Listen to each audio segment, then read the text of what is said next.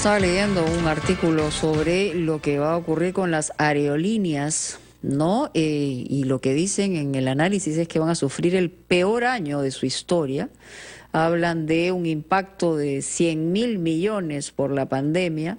En el camino muchas quebrarán y muy pocas quedarán. Y este es parte de un problema mayor que además lo podemos aterrizar en nuestro país también, que tiene que ver con este sector turismo, donde se está perdiendo la mayor cantidad de empleos. 7 de cada 10 empleos se han perdido en este sector de servicios que está vinculado pues a todo lo demás. No solamente hablamos obviamente de viajes, sino todo lo que esto implica. Omar Mariluz está con nosotros, estaremos también en enlace con Carlos Canales, presidente de Canatur, para hablar de este asunto. Omar, ¿cómo estás? Bienvenido. Mónica, ¿qué tal? Muy buenas tardes. Sí, el sector turismo lamentablemente es uno de los sectores más golpeados por todo el tema del coronavirus, la pandemia. Incluso, Mónica, cuando todo este tema, el estado de emergencia se levante, todavía va a tardar bastante a recuperarse porque hay un factor miedo de la gente, sí, claro, para poder decidir tomar vacaciones tanto al interior del país como al exterior, y ahí tiene que haber una serie de incentivos que van a tener que venir de parte de los propios gobiernos. Estamos en la línea, me comentan, con Carlos Canales, presidente de la Cámara Nacional de Turismo, para que nos relate algunas cifras. Señor Canales, muy buenas tardes. ¿Qué tal, Omar? Mónica, ¿qué tal? Sumamente preocupados por la situación. Definitivamente el sector turismo está sufriendo unas consecuencias sumamente complicadas, más aún con lo que acaba de pasar el fin de semana con ese vuelo de Lima a Madrid, donde 2 peruanos entraron contagiados, dieron positivo, el hijo había fallecido, la hija se encuentra hospitalizada en Lima, y ha generado una serie de consultas de parte de los operadores internacionales que tenían esperanzas de empezar pronto con el Perú como destino turístico, y obviamente esta imagen en la cual parece que se nos escaparon las palomas porque han viajado contagiados, es muy dramático porque eso no ayuda para la imagen del país, y lo que pasó en el grupo aéreo número 8 no debería repetir. Pero ese es descuido, quisiera saber, descuido de qué exactamente, porque lo primero que se debe hacer al evaluarse es, a ver, quién está negativo, quién es positivo, para poder subir y abordar un avión. Ese es lo mínimo indispensable en un momento como este. 12 horas de vuelo implican que a la hora de subir a un avión se pidan lo mínimo, algún certificado negativo, o por lo menos no presente síntomas al momento de embarcar. ¿Te parece que es ilógico? Ha llegado a Madrid y lo que han hecho es separarlos inmediatamente estas 2 personas porque presentaban fiebre, tenían tos, estaban congestionados, el rostro inmediatamente, y lo que han hecho es de frente del aeropuerto al hospital, y estaban en una situación no tranquila, era una situación complicada, y han sido internados en emergencia de Madrid. Pero la pregunta es la responsabilidad de quién es, de aquí. Defensa Civil, INDECI, Ministerio de Defensa, que tienen el control del grupo aéreo número 8, y nadie ha dicho absolutamente nada, y eso es absolutamente muy malo para la imagen de nuestro país, especialmente porque significa que en la lucha del control sanitario, los protocolos sanitarios, desde el Estado los estamos incumpliendo. Claro, y Carlos, en ese sentido, ¿cuán preparados estamos, por ejemplo, para reiniciar actividades en el Cusco, en Machu Picchu? Se habló que ya hay, digamos, mesas de trabajo para reactivar el turismo en esta región que es clave para no solamente el Perú, sino América Latina. Se habla de burbujas turísticas, eso no es nuevo. Cuando tú eres alemán y quieres ir a España, te llevan, por ejemplo, a las Islas Canarias o a las Islas Baleares, no directamente a algunos lugares como Madrid, que tiene una concentración mayor de casos positivos.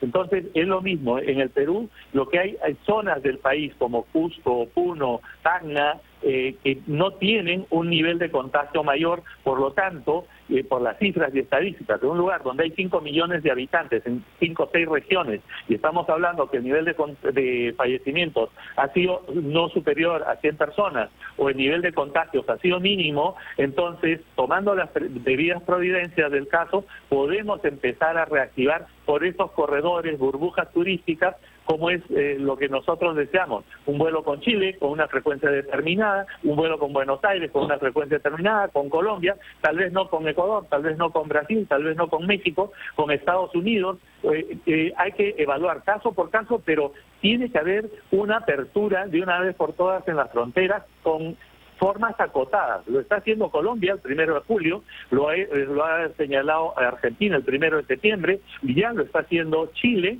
lo está haciendo Ecuador, que ha tenido, todos hemos visto cadáveres en las calles, y Ecuador hoy día está volando a Ámsterdam, a Madrid, a Dallas, a Nueva York, a Miami. Según el calendario, Carlos, en ese sentido, según el calendario que ha dado Produce, en el Perú se estaría pensando en esa posibilidad para fines de agosto, ¿no? Lo que se ha señalado, sí, es en la cuarta fase, que es agosto, pero todos sabemos que las fases las están incumpliendo, ¿no? La atención en restaurantes tenía que haber sido en junio y, sin embargo, no se ha abierto ese puesto para la tercera fase. Lo que queremos decir con esto es que si el tema del aeropuerto y la apertura de fronteras, el ministro de Defensa ha dicho que es lo último que se va a hacer. Estamos hablando posiblemente octubre, noviembre o diciembre. Entonces, nosotros no podemos mirar lo que sucede en el contexto internacional. Hay que tener la previsión sanitaria adecuada, nadie va a discutir eso, pero tenemos que comenzar a reactivar destinos, lugares, zonas donde no hay contagio, donde el contagio es mínimo, donde protocolos se pueden cuidar, y ojalá fuese en agosto, pero nosotros sabemos por propio dicho del ministro de Defensa, que él es el que al fin y al cabo va marcando las pautas, porque lo que dice el ministro de Defensa es lo que realmente se hace en la práctica. Entonces, Carlos, pero el tema no solamente va a venir por el lado de la oferta, de las decisiones del gobierno de reabrir las fronteras, también tiene que ver mucho con la demanda, y ahí qué se puede hacer, es decir, con las ganas de la gente de volver a viajar cuando todavía está muy fresco el tema de la pandemia. ¿Qué se puede hacer? ¿Qué incentivos se pueden dar para reactivar el turismo por ese lado? Mira, hay dos tipos de turistas. Uno, el turista corporativo que por trabajo, negocios, transferencia tecnológica, técnicos, supervisores, van a viajar. Acá hay muchísimos extranjeros que requieren venir al Perú por un tema de trabajo. Ese tema tenemos que resolverlo y ese es el primer accionador para el turismo receptivo. Y el segundo accionador es el turismo interno. Tenemos también algunos gobernadores que dicen, a Cajamarca no, yo no acepto que me abran las fronteras, o a la región Huancavelica o a la región tal. Tenemos que ser muy claros, si hay protocolos sanitarios se puede abrir, pero hay que incentivar esa demanda. Ejemplo, si la mayoría de peruanos que trabajan en el sector privado no han tenido, mejor dicho, han tenido vacaciones porque se las han dado en forma obligada, este año ya no van a tener vacaciones. O algunos les han reducido el salario al 50%, otros están en suspensión laboral perfecta, sí. Y hay otros que lamentablemente han perdido el trabajo. ¿Qué se requiere para ello? No estamos inventando nada nuevo. Existe en Argentina, existe en Colombia, existe en Chile y existe en Japón o Alemania, que sean unas líneas de crédito en las cuales tú facilitas a que esa persona pueda salir a un viaje al interior del país con una tasa de crédito mínima. En otros lugares, como en Japón, se financian el 70%. En Italia, muchos municipios pagan el hotel de ese huésped que se quede 2 días con tal de darle dinámica, porque el trabajo que hay en turismo llega a todos, a toda la base social. Y solamente, no somos conscientes. Sí, y solamente para acabar, porque el tiempo es tirano en esto, lo que sí se prevé es que se pierdan al fin de año, hasta fin de año, más o menos alrededor de 1 millón de empleos dentro de este sector. 1 millón de empleos, 10.000 millones de dólares, pero la pregunta es, ¿nos mata el coronavirus o nos mata el hambre? Yo creo que el gobierno se ha quedado mudo. La ministra de Economía nos dijo que en la primera semana de febrero nos iba a dar las medidas económicas. El ministro, el premier, nos dijo, el presidente del Consejo de Ministros en el investimento en el Congreso de la República, dijo vamos a dictar medidas específicas. Pero no se dan esas medidas específicas, que no entendemos la razón. Entonces, no nos quieren dar medidas específicas de salvataje, que lo hemos presentado el 15 de marzo, entonces que por lo menos comencemos a trabajar activando los protocolos, los restaurantes que atiendan al público con las distancias adecuadas. Pero, por ejemplo, Mónica, si tú vas con tus hijos a comer a un restaurante, te dicen, no, tú tienes que estar a 1,5 metros. Yo duermo en la misma cama con mi esposa, ¿por qué tengo que estar en un restaurante con mis hijos a 1,5 metros? Por la distancia social puede ser con la otra mesa, pero no en un núcleo familiar. O sea, hay cosas, medidas que se dan para Suiza cuando estamos en el Perú, y los protocolos sanitarios todos los respetamos en la medida... Pero ni siquiera en Suiza, porque aquí tácitamente hay algunos sectores que han levantado la cuarentena, así que en realidad también hay que ver, efectivamente se está castigando mucho al sector más formal, y esa es una situación que tiene que ser enmendada. A veces por evitarse el problema nos genera mayor problema, y ese es un tema que tiene que tenerse en cuenta en el gobierno, ¿no? Para concluir. No sé si Omar, ¿quieres finalmente decir algo? No, clarísimo, ¿no? La situación sobre todo que se viene para el próximo año, 2021, ¿cuánto podríamos tardar en recuperar los niveles del 2019, Carlos? Con eso cerraría. El 2025 vamos a regresar a las cifras del 2019. Este año vamos a cerrar con las cifras del año 2000.